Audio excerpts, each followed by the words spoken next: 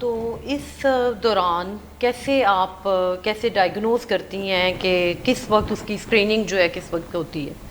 अच्छा, इसमें यह है कि हमें मरीज़ से कुछ सवालात करने होते हैं। जब आपके पास हामला एक औरत आती है, वो कहती है जी मैंने घर में टेस्ट किया है, मुझे प्रेगनेंसी का पता चला है। फर्स्ट वो अपने विज़िट में आपके पास आए तो आपने उनसे हिस्ट्री लेनी होती है, कुछ सवाल करने होते हैं। उन सवालों में ना हम ये पेशेंट को असेस करते हैं कि इसके डायबिटिक होने के प्रेगनेंसी में कितने चांसेस हैं। उसमें हम मरीज़ का पहले तो BMI देखते हैं। BMI हम कहते हैं बॉडी मास इंडेक्स को।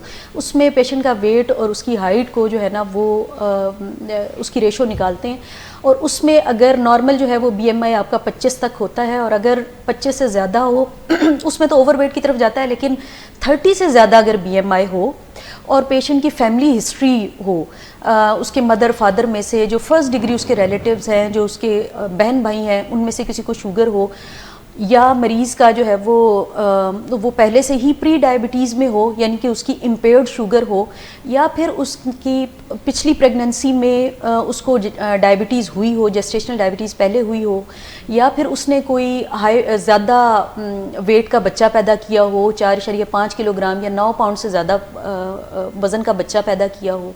तो ये अगर हमें हिस्ट्री में चीज़ें मिल जाएं तो इसका मतलब है ये मरीज़ ज़्यादा रिस्क पर है कि इसको प्रेगनेंसी में डायबिटीज़ हो सकती है।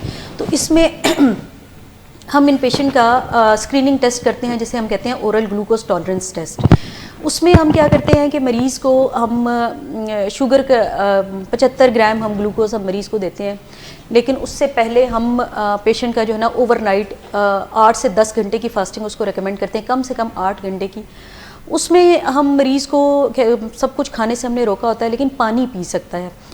तो खाली पेट जब पेशेंट आता है तो पहले हम खाली पेट उसकी शुगर चेक करते हैं, ठीक है। वो हमारे पास 95 मिलीग्राम पर डेसीलीटर से कम होनी चाहिए, या 5.6 मिलीमोल पर लीटर से कम होनी चाहिए।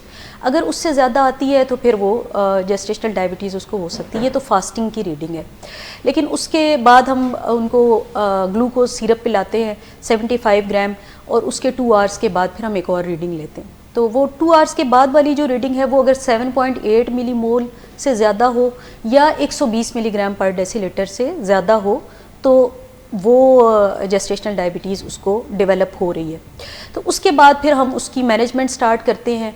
फिर वो अगर ये OGTT test, oral glucose tolerance test, अगर इनिशियल उसका नॉर्मल आया है तो फिर हम दोबारा से उसको 24 से 28 हफ्ते के दौरान रिपीट करके देखते हैं कि दोबारा से उसको हो तो नहीं रही, क्योंकि उसको रिस्क फैक्टर्स मौजूद है। तो इस तरह हम इसकी स्क्रीनिंग करते हैं।